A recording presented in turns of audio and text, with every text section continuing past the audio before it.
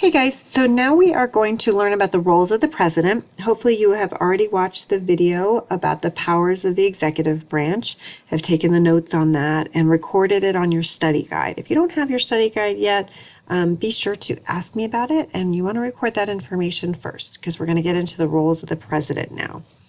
So in Article 2 of the Constitution, talking about the executive branch and the president, it talks about all the different things that the president does. One of the roles of the president is chief executive. And as chief executive, the president is the head of the national level of the executive branch of government. The president carries out the nation's laws as chief executive and issues executive orders.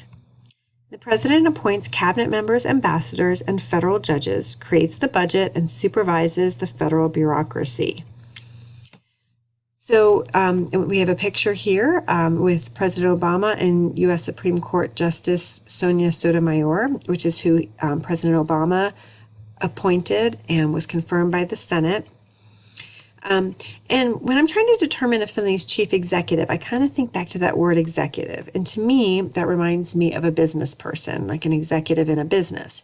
And when the president is being chief executive, that's what he or she is doing. They're being the boss of the government. They're hiring people, sort of, by appointing them, and they're just kind of running the day-to-day operations of carrying out the laws. As chief executive, the president is monitoring all those different departments and his cabinet members, making sure the Department of Treasury is carrying out the laws the way he would like to be having them carry out the laws. But talking about all that stuff. And speaking of the federal bureaucracy, that's kind of a fun word, bureaucracy, but what is it exactly? We talked about it before. There is one of the most famous examples of the president being chief executive is when President Johnson nominated Thurgood Marshall to be a Supreme Court justice. He was appointed, and he was the first African-American Supreme Court justice. Another role of the president is chief diplomat. And as chief diplomat, the president is the architect of American international policy, deals with foreign countries and makes treaties and appoints ambassadors. So in other words, as architect of the American international policy, that means he's putting it all together. He's building American policy overseas, trying to have peaceful, good relationships so that we can count on other countries in times of war and also with economic trade, that it's important to be friendly with with our allies. That's a really important role. And here we have President Obama with Richard Olson, who was the U.S. ambassador to Pakistan under the Obama administration. And here's some other examples of chief diplomat. In the upper right-hand corner here, we have President Jimmy Carter, and one of his big accomplishments when he was president was trying to foster peace in the Middle East between Israel and Pakistan. He put a lot of work into that. In the bottom here, we have some of the international leaders working out the Treaty of Versailles. President Wilson really wanted to have the Treaty of Versailles, the 14 points as part of the Treaty of Versailles because he thought that would help prevent a future world war. So as chief diplomat, he brokered that deal with the other European leaders, but the Senate did not approve it. And so the 14 points were not enacted. And we had World War II, and then finally came up with the UN, which has helped to keep peace since World War II by having diplomatic relations around the world instead of fighting and putting lives in danger all the time. Another role of the president is commander-in-chief. As commander-in-chief, the president is the head of the nation's armed forces, in charge of the Army, Navy, Air Force, Marines, Coast Guard, and has the final say in military matters, orders troops into battle. So it's important to remember that the president does not declare war. Congress declares war, but it is the president's job to send troops into battle and can send troops to accomplish missions as commander-in-chief. Here we've got a picture of President Obama speaking to troops in Afghanistan. Another historical example as commander-in-chief is when Barack Obama got Osama bin Laden. This is a really interesting picture here. We have Joe Biden, who was the vice president at the time. There's President Obama. There's Hillary Clinton, who was Secretary of State at the time. And this was all when they were able to capture Osama bin Laden. So the president can deploy armed forces to protect the nation if it's under attack. Here's President Ronald Reagan, who also sent troops into battle when he was a president, as another historical example. Another job of the president is chief legislator. Now remember that the legislative branch is different, that the legislative branch and Congress write the laws. But the president, this picture is a little bit in our way here, isn't it? That the president can propose legislation or laws to Congress through speeches, especially the annual State of the Union address. He prepares the federal budget and can approve by signing or vetoing legislation. So just like in that What's for Lunch activity, when you guys were the lead chefs, you chose the categories. That's really similar to how the president can influence laws. The president really sets the agenda and says, these are the laws that I want to see happen. But it's the Congress that writes those laws. He also prepares the federal budget, and then he tells Congress what he wants to see happen and how much money that he thinks he needs to carry out different laws. But Congress has to write the budget. It has to start in the House of Representatives because it has to do with money, and it passes Congress much the same way that a law does. And also the president is acting as chief legislature when he either signs or vetoes laws. So if on a test or quiz you see anything where the president is doing something with laws, either trying to give ideas for laws or signing or vetoing laws, then at that point the president is acting as chief legislature later.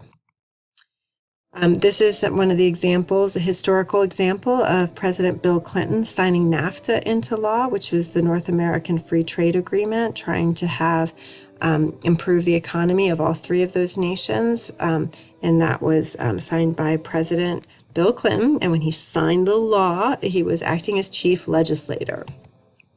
Another role of the president is chief of state. And here we have some other funny pictures getting in our way. Let's see if we can see. No, let's fix this. I don't know what happened here.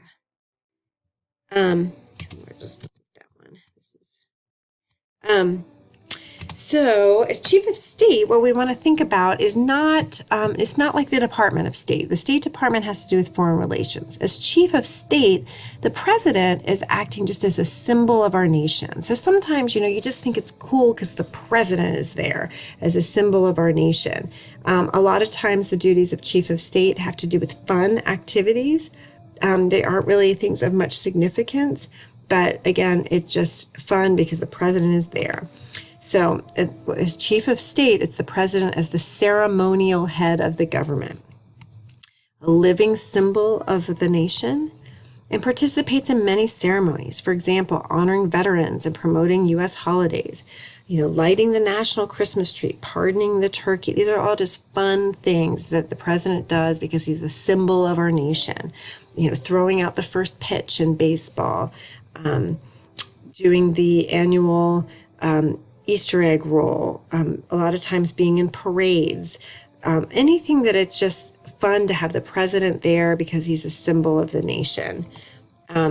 There is a funny tradition of because the presidents can pardon people, that every year the president pardons turkeys so that they won't be eaten for Thanksgiving.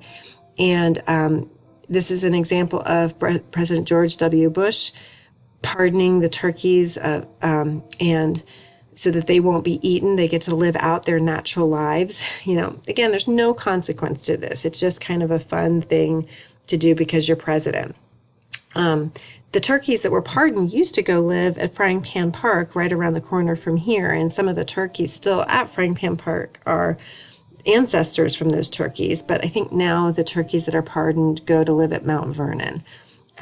But anyway, just fun, symbol of the nation, usually not much significance to it. Another role of the president is chief of party, and we don't mean like a birthday party. This is for their political party. So, as chief of party, the president is the political party leader that controls the executive branch. The president helps lead his or her party and give it direction and supports other candidates in their campaigns from the same party and helps raise the party money. The president can fundraise and assist other party members with their campaigns for election. So again, this is, currently the president in the White House is Donald Trump, who's a Republican. So he is out giving speeches, trying to help other Republicans win office. He will have fundraisers trying to raise money for them and endorse them. He also talks about what he thinks the priorities of the political party should be. The president often has a big say on what the party platform will be. Here's an example of President Clinton going to endorse this woman, Allison, for the U.S. Senate. So he went to her district in Kentucky and gave a speech on her behalf. And in that speech, he talks about everybody paying their fair share of taxes and talking about the struggles of the working poor and how it should be that people from working poor can move into the middle class. And those were really big topics for the Democratic Party at the time. They still are. But he's talking about that as the head of the political party and setting the platform in that way. And then another role of the president is as chief citizen. And as chief citizen, the president is a representative of all the American people, acts as a positive role model, fulfills his civic responsibilities and civic duties, and gives back to the community. So often we'll see the president acting as chief citizen when the president speaks out on behalf of the American people. For instance, Ronald Reagan gave a heartfelt condolences to the families of the astronauts that were lost when the spaceship Challenger was exploded. And he was speaking on behalf of all the American people, giving those condolences as chief citizen. But also when we think back to the first unit of the study of American citizenship, that we had duties and responsibilities. So anytime you see the president voting, that's a civic responsibility, being a positive role model. When the president does that sort of thing, he's doing it as chief citizen. Here's an example of President Obama working in a soup kitchen, volunteering. That's a civic responsibility and being a good role model. So when the president does that sort of thing, he is representing the people and as a good role model and being chief citizen. Okay, so now that you're done, double check that you have all your notes filled in. Please take out your study guide and fill in what you can at this point, and look for further directions from the teacher or on the front of the board. Thank you so much for listening, and have a great day. Go Civics!